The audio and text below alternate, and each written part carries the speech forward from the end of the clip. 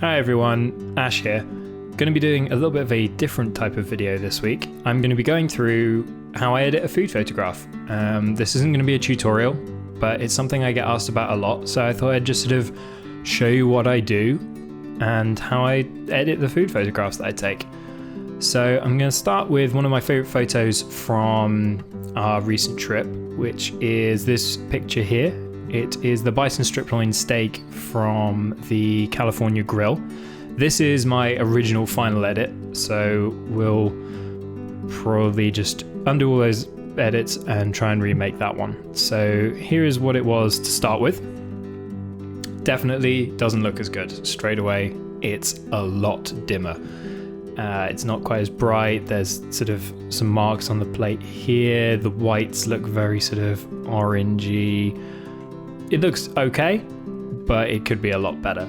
So the first thing I like to do is come down here and change the profile to camera standard, just because I like the Canon colors a lot better than the Adobe colors.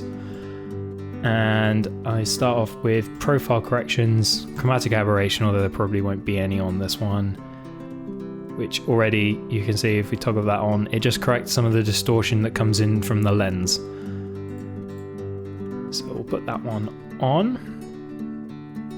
And now we're probably ready to start actually editing it to make it look better. And I will use the eyedropper tool to pick a neutral color. I've used the white of the plate to balance on because I'm pretty sure it was a pure white plate. And already you can see how much more accurate the color looks. It looks a lot more like you would expect. All the whites are white, all the blacks are black, instead of having that kind of tint to them. And now comes the bit that's a bit of a cheat, is you just hit auto in Lightroom and see what it does. Sometimes it'll get it right and it will be kind of what you were going for. Sometimes it will be way off base. Fortunately on this one, it's kind of a little bit like what I'm actually aiming towards. So I'm going to play around with these a little bit just to get them a bit more how I like them. I like it a little bit overexposed. I think they could do with a bit more contrast. A little extra detail back into the highlights. Let's try 25. Shadows brightened a bit. This is a really tough one. With food, it can go either way. Sometimes you'll want the shadows to be darker, so there'll be a bit more contrast and a bit more definition in the food. Sometimes, like with this one, you want it to be a bit brighter so that you can see some of the details that you couldn't quite make out when it was straight out of the camera. So I think upping the shadows a bit to about 30 should be fine. Whites, let's see. A little bit brighter, not too much.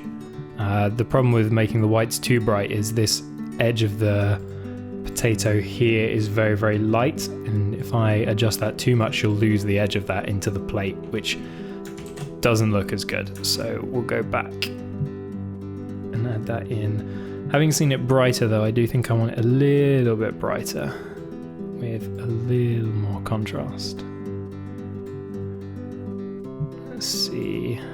Clarity is local contrast and it makes a big difference to the photo. I don't actually think I want any clarity on this. I think I'm just going to leave it as 0. Vibrance and saturation do similar things.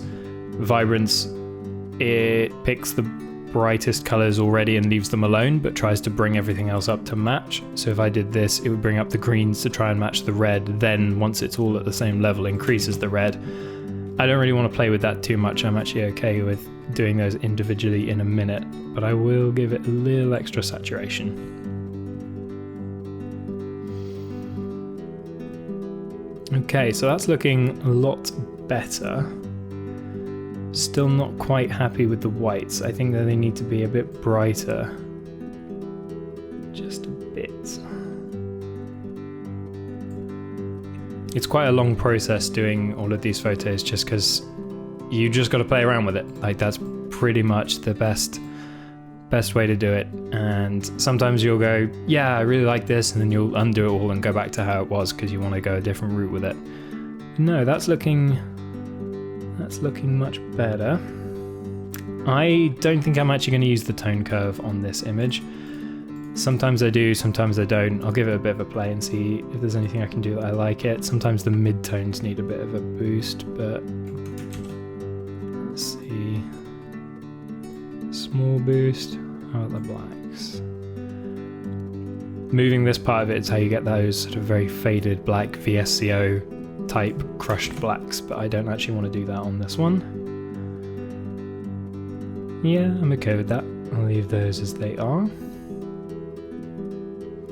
Sharpening. This image is fairly sharp straight out of camera, but it could be a bit better, so I think I'm going to boost this up just a bit to about 55 maybe. Just to make things a bit clearer and a bit sharper. I think that's a bit too far actually.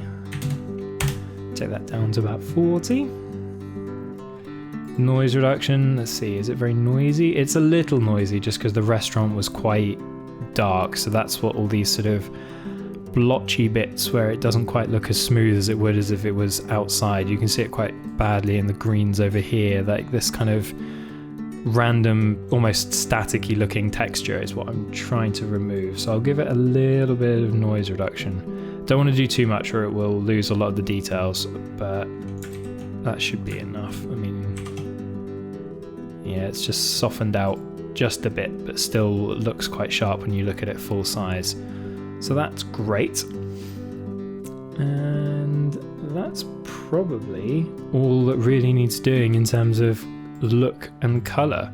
So I'm actually going to move on to the last stage that I usually leave to the end because I want to make sure that I'm happy with the image and that it looks like I want it to do, and it is going to be one that I want to use before I start going in and really doing any sort of fine details. But one of the things that really annoys me about this plate is this smudge here and this sort of watermark here. It's almost like a fingerprint, but it isn't. It's just a bit of condensation from another plate. So I'm going to use the heel adjustment tool to just brush over the edge of this, and it will grab another section that's the same shape and put it over the top and blend in the edges. So it will remove those imperfections from the plate and just give it a bit of a cleaner look. And I'm going to do the same on these blobs of sauce because I think it's a bit of a shame that it comes that far around. Like if this was a nice droplet, I'd have probably kept both of them, but as it isn't, I kind of just want it to end as a pool over there. So I'm going to paint over this. I shouldn't have to be too careful because it's a really powerful tool in Lightroom. It's very good at removing stuff that you don't actually want. So let's just see how this goes. Ooh, paint in all the middle bit. And just catch that little highlight there. Oh, I missed some bits. So I didn't paint that in well enough in the middle parts, but we'll do that again. Maybe with a bit of a bigger brush so I miss less this time. So let's start this corner, paint over. That's the one bad thing I don't like about Lightroom, is that this brush, the white outline shows you the size of the brush, but when it's got very soft feathered edges, sometimes you can miss bits in the middle quite easily. And it's not very easy to go back into a selection and re-add stuff. I'm sure you probably can do it and I've just been missing it the whole time, but I've never been able to do it, so I have to remake the selection. So here we go. That should be better this time. Okay, let's see what it's done. Ooh, don't need that one.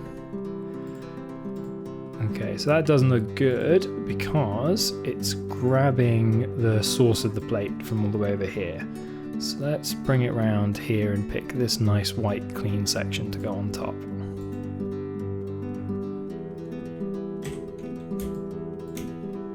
There we go, that's better.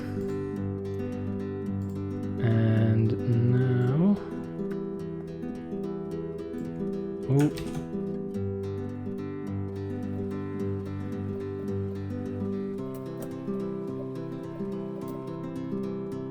Ooh, there's a dark mark mark just on that corner there. And let's look at that full size again. Okay, that's much better. And now I think I'm actually almost done. One of the last things I do want to do is I still do kind of want to tackle the saturation on that the meat just a little better.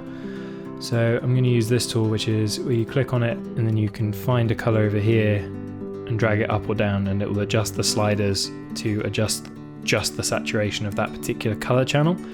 So the red needed to come down just a little. Green could probably do with a slight boost, so it just looks a little fresher. And is there a way to make this pink a little less? Oh, way too far gone purple on that one.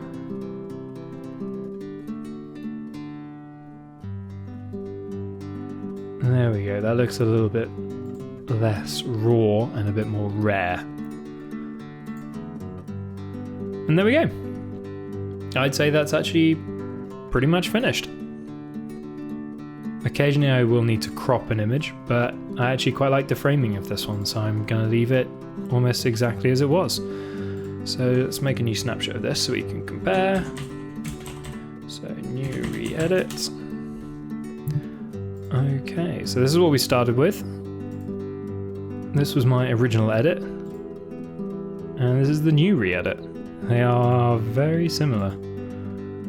I think I still prefer my original a bit more.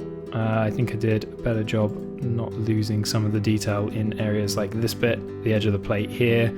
This top corner is a bit blown out, so I think I could probably fix that just by dropping this to 1, and that would be a lot closer to what I actually did originally. There we go, yeah, and they're looking much more similar now. Okay, there we go. And that's the process that I go through, and I do that individually for each food photograph that I take, and they are probably the longest ones I take to edit. I might do another one of these type of videos talking about some of the portrait or some of the Disney photography style images that we took. They're a bit easier to do. I just take longer over food because it's probably my favorite form of photography and something that I really enjoy doing. So hopefully this was interesting and that you've seen how I edit the photos basically. And if you have any questions about any of the stuff I've done, or you wanted to know a bit more in detail about anything that I've covered, just let me know. I'm always happy to try and help out. So thank you for watching, and I'll see you next time. Bye.